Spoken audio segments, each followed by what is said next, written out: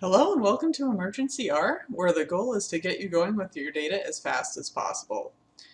As a reminder, I'm going to use this CSV file in my demonstration, and if you want to follow along, you can download it from a website on GitHub that's linked in the description. Additionally, in the description, I'm putting a table of contents for the video so that you can skip ahead if necessary. So today we're going to talk about linear modeling, as an extension of the discussion of statistics in the last video. The learning objectives of this video are that you will be able to specify models that include fixed effects, random effects, and interactions between terms, so you'll know the syntax for writing all of that in R. You'll be able to fit models in R and identify the results from those models, including coefficients, residuals, p-values, and R-squared values. You'll be able to perform analysis of variance using those models. So I'm going to make a new R script for this video, and I'm going to copy some of my code from before. So I'll copy my command for reading the file, importing the data, as well as this str command to just get a preview of the data. And also last time I added another variable that was a transformation of the yield variable. So I'm going to do that too. So as a reminder, I'm pressing Control-Enter to run these lines. That's what my data look like. All right, and then I've added a log yield variable. Now, one thing that I want to put in my model, so this is a series of field trials. So think about a bunch of plants planted outside in a big grid at different locations. And we like to have replicates in our planting so that we can see how reproducible our results were and get estimates of heritability and that sort of thing. So at each site we have from 1 to 4 reps, generally 3 or 4. And so those reps are just numbered. So if I look at that, right, I can see that they're numbered like that. But it wouldn't make sense for me to treat those as numbers. Like, I'm not expecting that a plant in rep 4 is going to have 4 times as much yield as a plant in rep 1 or anything like that. So I'm going to convert those to something called a factor that shows that they represent a categorical variable.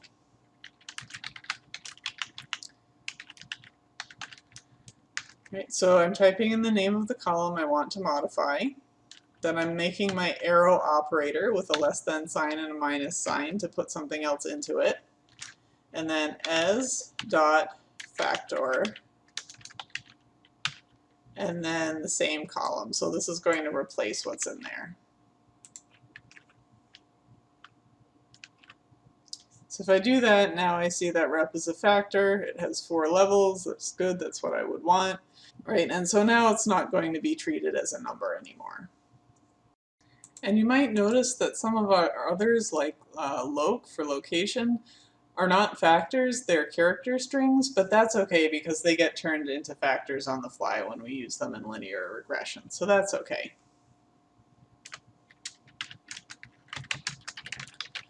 So let's get to the main workhorse function for performing linear regression in R, which is called LM. And I'm also going to make an assignment where I'm going to build a model and then I'm going to save that model to what's called an object or a variable name. So I'll just call my first model LM1. And then again, I'm making an arrow to put something into that name. And then I call the LM function. So first, well, not first, but I am going to tell it where my data comes from. So say data equals MSI data. And if I indicate where the data comes from like that, then it's kind of like ggplot, where I don't have to keep using the $ up here to refer to my variables. I can just refer to them by column name by itself. So I might say something like, I think that log yield is dependent on, let's say, column length, which we were studying in the last video. So this is just one dependent variable, one independent variable. And if I just type the name of that model, then I'm going to be able to print it out and see the result. So there's not too much interesting here if I just do it like this. I can see the slope and the intercept, and I can see what I originally wrote to make that model. So one thing that I often want is summary. Right, if you want to know significance and that sort of thing, summary is the function that you want. So here I see that both the intercept was highly significantly different from 0, which is expected. I mean, I was not expecting the mean to be 0. And then column length also had a very significant effect. So you can see the estimate here, this is in the units of, well, the intercept is in the units of the yield variable, and then the column length is basically for every unit of column length, how many units of yield do we get increase. Another thing to look at up here is the residuals. So we're hoping that the residuals will be normally distributed, otherwise we might reconsider how our model is built and whether we need to transform the variables going into it. So I think, yeah, so I can actually extract those residuals with the resid function, and so by itself that's not very helpful, but I can do a histogram of those. And I see how they're distributed. It's not perfectly normal, but it's all right. Let's go back to the summary because there are a couple more things to look at. So we had p-values for each term in the model, and as a reminder, it automatically put in an intercept for us. We also have a p-value for the entire model, and in this case we've reached that sort of maximum level of significance that R can even calculate. We also have two different estimates of R squared for the model. So these came out very similar to each other. In this case, they might be a little bit more different once you start including multiple terms. But anyway, what you can think of is this is the proportion of variance that was explained by the model. So for the variance that we saw in log yield, what proportion of it could we explain just by column length? So that was just with one term in the model, and we explained a little bit less than half of the variance. And so the length of the stems is not the only thing explaining the yield, so maybe we want to have more terms in the model. So I'm going to copy and paste this so I can modify it. I'll change my variable name so I can save the original one and I won't overwrite it.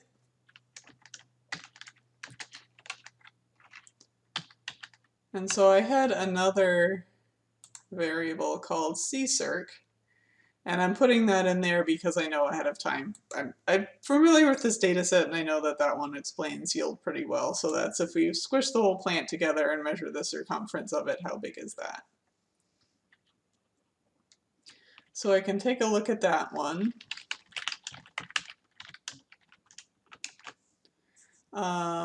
And I see I get a bit higher R squared, and all of the coefficients are very significant, so that looks like that was useful to add in CCirc.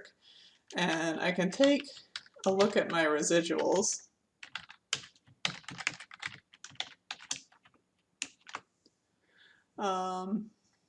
Yeah, actually these are maybe not totally normally distributed. I'm going to do a trick in here called breaks, and I'm going to change the number of breaks in my histogram.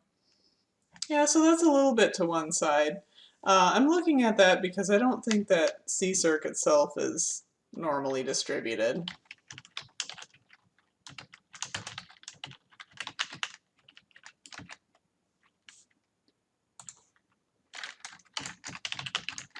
Might as well put in more breaks for that too.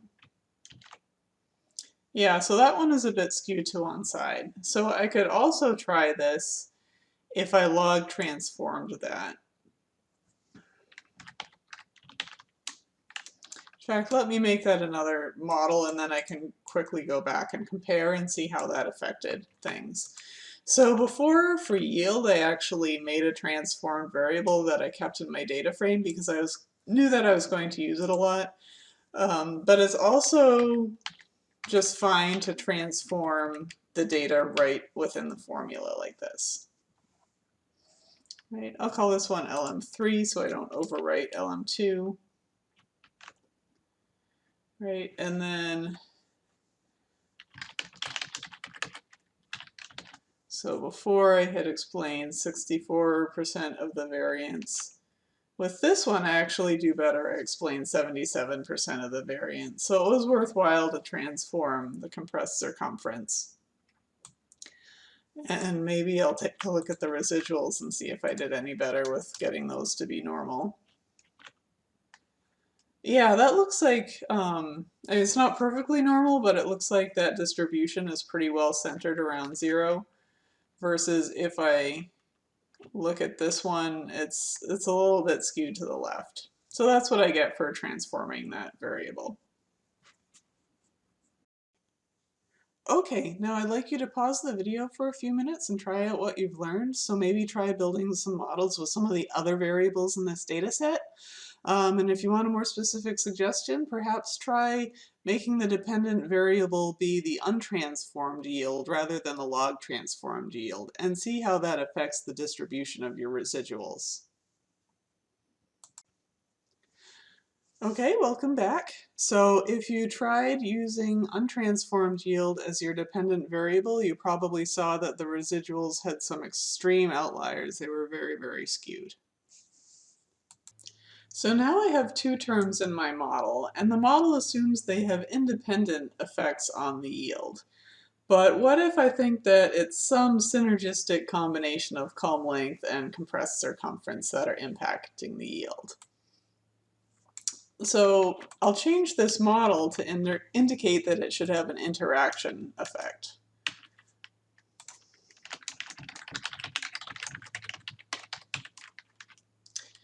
So I renamed this LM4 just to distinguish it from LM3, and because I care about the interaction between column length and compressed circumference, I'm going to put a multiplication sign here, or an asterisk, instead of a plus. So I'll run that model and do a summary. And I see I get just a tiny bit higher in terms of my r squared, 0.7737 up to 0.7767. So, it's not a large improvement, but it is, the interaction effect is significant even after we have the effects by themselves. So you notice I only had this one expression here, but it broke it down into three things. So we still have column length by itself, compressed circumference by itself, and then the interaction between those two. So if I felt differently about it, say I only cared about seeing the interaction, I would put a colon instead, just like they have a colon here to indicate that interaction term. Here I will call this one LM5.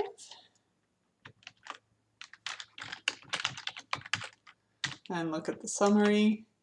And I have a lower r squared just because I took some terms out. But now I'm only looking at the interaction between those. And because these are both continuous numeric variables, you might wonder exactly what the interaction is. It's basically what you get if you multiply those two things together. And I could test that out by looking at the correlation of yield with the product of those two things. All right, so I have my yield, and I'm going to, on the fly here, create a new variable that's a product of the two of them.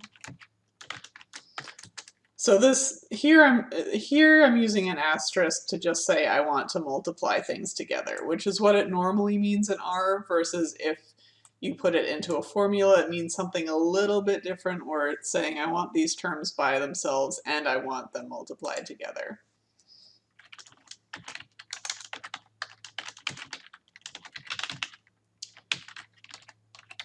And you'll notice I'm using the $sign again because I'm not writing a formula. I need to show it exactly where that comes from.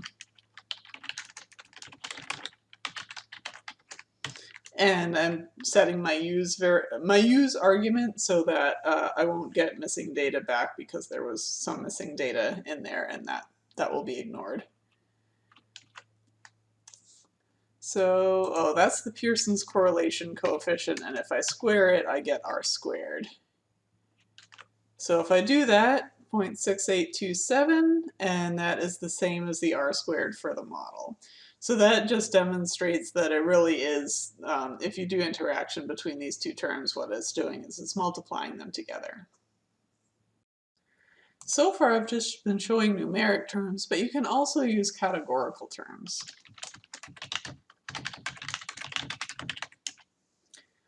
So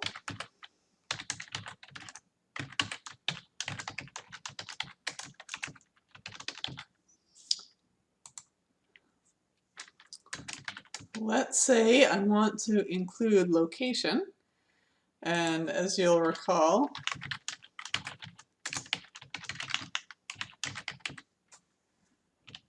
we have these 6 different locations where the field trial was conducted.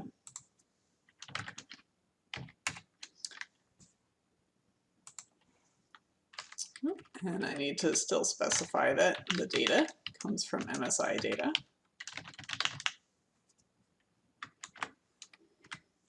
So if I look at that, now what I get is an effect size for every location except for one. Right? So one was removed just for mathematical reasons. But you can see that if you had ZJU, you had a positive effect on the yield size. And for most of the others, it was less than the mean to various amounts. All right, and we can see that every location was significantly different from the mean. And we still get an r squared, so just by location itself, we can explain 35% of the variance in yield. So I can still do interaction effects with this. So for example, I want to see the interaction of location and column length. In fact, if you want to get more complicated, I could add another term, like I could add my log of compressed circumference in here. So then this would have the interaction with column length and not the interaction with compressed circumference.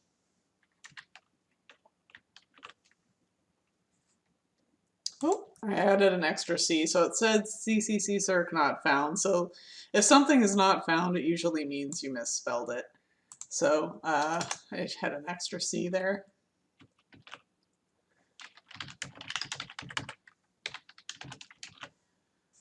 And so now I can see, I have a lot more terms here. So I can see the effect of each individual site. I can see the effect of column length by itself and C-circ by itself. And then I see if I have different effects of column length within site. And it looks like I do. So they're not very big, but for some sites, it seems like column length had a much bigger influence on yield than other sites. So for an exercise right here, I'd like you to pause the video and try to make a model where you have interaction effects of location with column length and interaction of location with C-circ.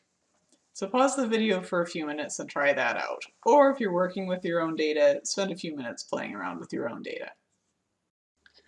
Okay, welcome back. So there are a couple of ways you could have accomplished this exercise. So probably the simplest and quickest is adding an interaction for both of these with log. So I'll call this LM8. If I run that model and look at my summary, I have the interactions for both traits with the location. I have the traits by themselves, and I have the location by itself. Even though the location is technically in here twice, it only came up once in the model. But if that made me a little bit nervous and I wanted to explicitly say every term, you can do that too. So I could say loc plus column length plus log csirc plus, and I'll make a line break for readability here, loc by column length plus loc by log csirc. Oh, and I see I misspelled log right there. Right, so this would actually do exactly the same model if I spell column length right. Ooh. I think I hit Control L instead.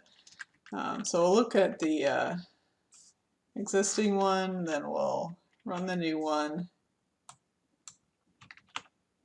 I'm going to copy and paste that down here and look at it again, and yeah, it came out as the same model, same R squared. So I've got a bunch of terms in here now, some interaction effects significant, some not. I have one location now that's not significantly different from the CHA location that was omitted here. But maybe what I really want to know is how much variance does each term explain? And that I don't really see by looking at the summary, but that's what an ANOVA is for. And I can do that with one simple command. This is going to be a very short segment of the video. It's AOV for analysis of variance. God forbid we call this function ANOVA because that's the acronym that everyone knows for analysis of variance. But anyway, we'll run that on the model that we already ran, because if you've taken statistics, you know that ANOVA is really kind of a subset of linear modeling. So if we analyze that variable, now it's no longer broken into categories, but we see the overall amount of variance explained by location, amount of variance explained by column length, by compressed circumference, and then by each interaction. And then we have the residual that's left over. And I can actually do a summary of the AOV if I want to get things like significance for each term rather than significance for each category. So here these all have 3 asterisks. They're all highly significant for each one of these terms having an effect. And we also see the degrees of freedom and the sums of squares, etc. Lastly, I'm going to show you how to include random effects in your model. So to use random effects, we're not going to use the LM function. We're going to use another R package called LME4. So I put my cursor down in the console here, and I'm typing install.packages, and then it's a function, so parentheses, and then in quotes, LME4.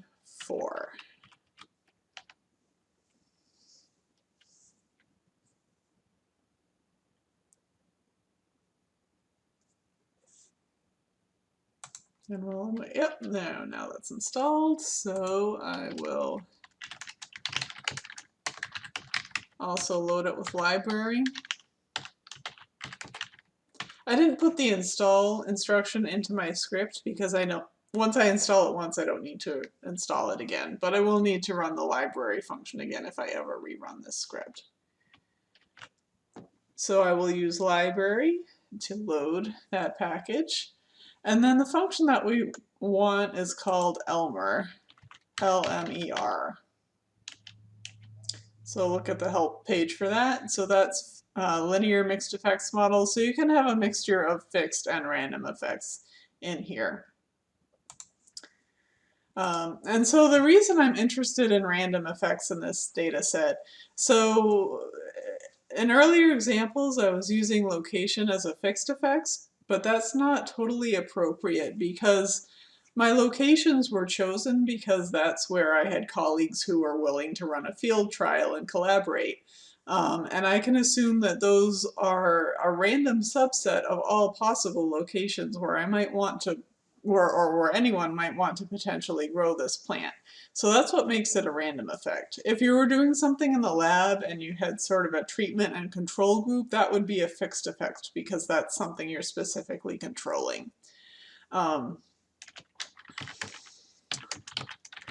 So I'm going to build my model with the Elmer function, and it's going to look pretty similar to formulas I've built before. In fact, I'm also going to have a data argument.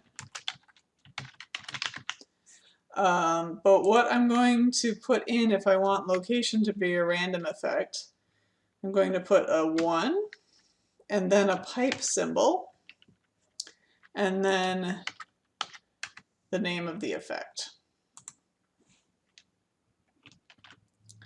So if I run that and I want to do a summary of it,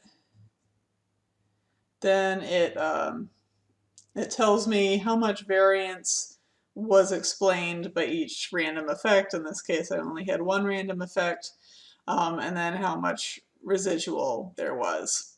And you'll notice I do not get significance for this. If you Google it, the creator of LME4 has written an entire essay on why it's not appropriate to get p-values for random effects. But if you really want it, you can get it from SAS instead of R. Anyway, so I could also do interaction effects.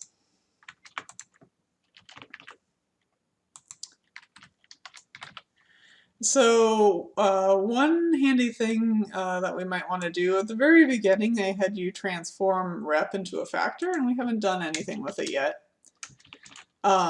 So I might want to look at,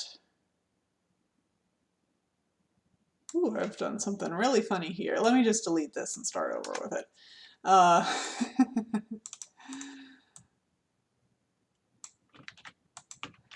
Okay, so I am going to take rep as another random effect, but I'm going to put it right in here as an interaction. And the reason for that is that rep by itself is not an effect that I'm interested in, because rep 1 at one location and rep 1 at another location have nothing in common. They're just arbitrarily numbered. So the rep numbers are only meaningful within location. And so that's why I'm nesting it in location here, but I don't have rep as an effect by itself.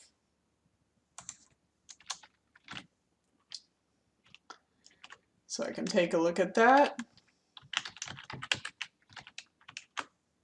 And then I got how much variance is explained by loc by rep, which is really not very much, which is good because these are just blocks of field right next to each other. And then there's more explained by the location and more by residual. Now the reason I would care about rep is, like, you know, maybe one part of the field got flooded or something like that. So it's possible that they could have been different from each other. Right, and I have another random effect in here is entry. So this is the identity of the genotype, so, you know, an identity for each plant that's in the trial. And I didn't do that in earlier models because I don't really care about seeing the effect size of each one, but I might be interested in how much variance is explained by this genotype variation, right? Especially, I mean, I'm doing this field trial to compare these plants. That's kind of the point. So I could add that into the model.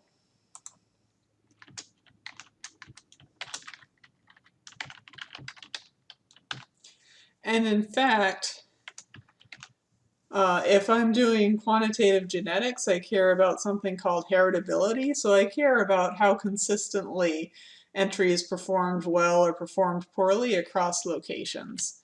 So in this case, I would want the interaction between location and entry as well.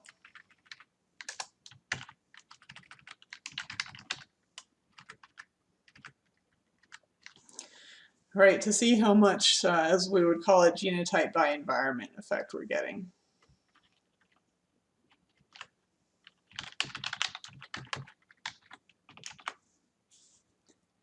Right, and so I can see, entry had a fairly big effect, not nearly as big effect as location, and actually location by entry was more than half again as much of an effect on the variance as entry by itself.